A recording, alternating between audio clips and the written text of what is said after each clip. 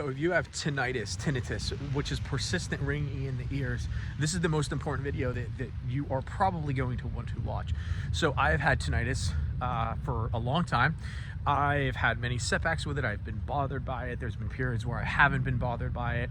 I've had loud noise exposure my entire life. I've dealt with ear infections. So I've really been through many types of it. I've had it so loud that it was like piercing through my ears and my head, and I just did not know how I was going to continue to live life or ever be happy again because of how loud and intrusive and horrifying it actually is. So if that is happening to you, if you have tinnitus, bothersome tinnitus, ringing in the ears, and it's really affecting you, this video is going to help you, because there are a couple of key important things that if you understand, it's going to help you get on the path to recovery. So the number one thing you have to understand, and this blew my mind, but the number one thing you have to understand is that your suffering isn't caused by the actual ringing in your ears. And you might be thinking, whoa, wait a minute, what are you talking about? So basically, the reason it's called bothersome tinnitus is because there are some people who have ringing in the ears and it doesn't bother them. Loud too. For whatever reason, they don't think to freak out. They don't think to make a big deal about it. And so the people who have it and are bothered by it, for whatever reason, their brains have deemed the sound as a threat, and because of that, it's kind of the brain turned the volume up on the sound and made it the focus. Usually these people have a propensity for anxiety conditions and other mental health conditions that can kind of pave the way for your brain to focus on the tinnitus. But if you understand that, you can begin to then realize that, like, okay, think about all the sounds you hear on a daily basis. There's birds chirping, there's wind blowing, hell, I even sleep with the fan on, okay? And do any of these sounds freak you out? No. I mean, really, if you think about it, silence doesn't really exist for a living human being. I mean, we have our heart pumping, and without the noise gate in our brain filtering out all these sounds, we would hear probably the blood pumping through our veins, our breath, all of these sounds that our brain deem as irrelevant. So tinnitus really is the vibration of your central nervous system. That is why when you get a cold, it can be turned up, and you have a lot of inflammation in your body. It can be louder sometimes. And then there's times when you're in rest and you're resting and you're in a good flow state, you don't hear it. And for me, it was like when I was relaxing, when I was swimming, I didn't even notice it. And that was because I was getting the attention out of my mind and into my body.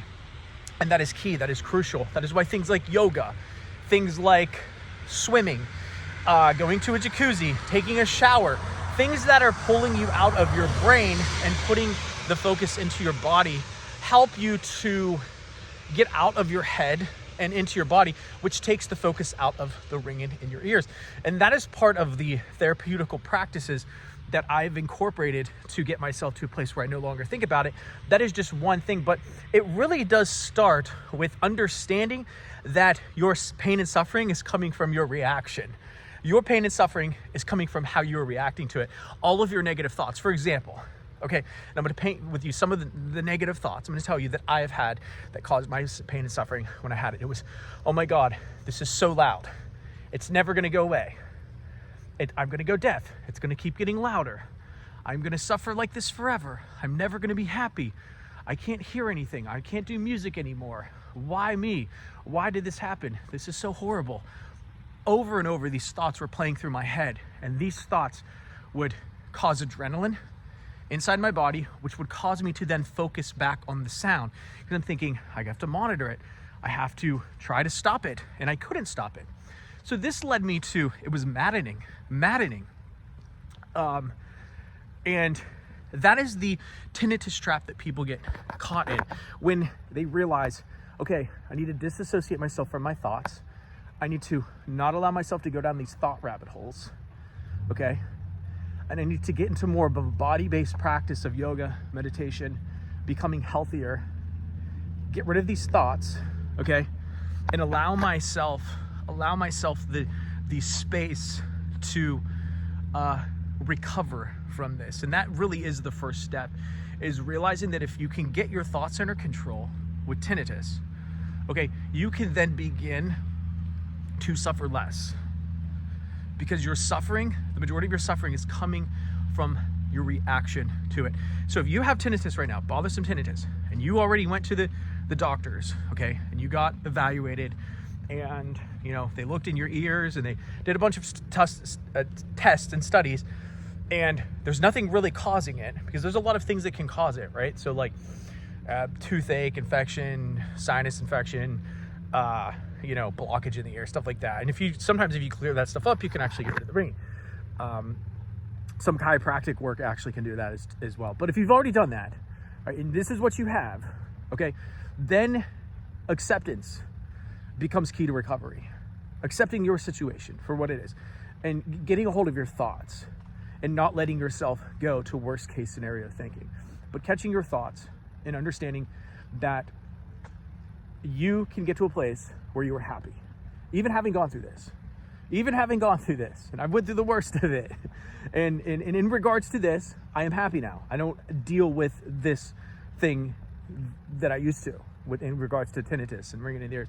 Does it mean I don't have other problems? No, of course. I mean, you're always going to have problems. Problems are always going to come up.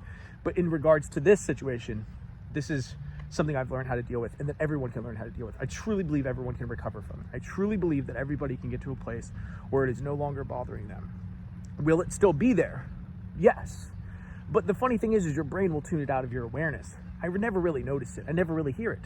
And if I do hear it, I just forget about it as quickly as I remember it. And that's the place to get everyone to. So comment below if you have tinnitus, and you're having a difficult time with it. Tell me your story. Let me know what how it's going. And we will get you on a path to get you to recovery. Thank you for watching. Thank you for listening to my story. I'll talk to you later.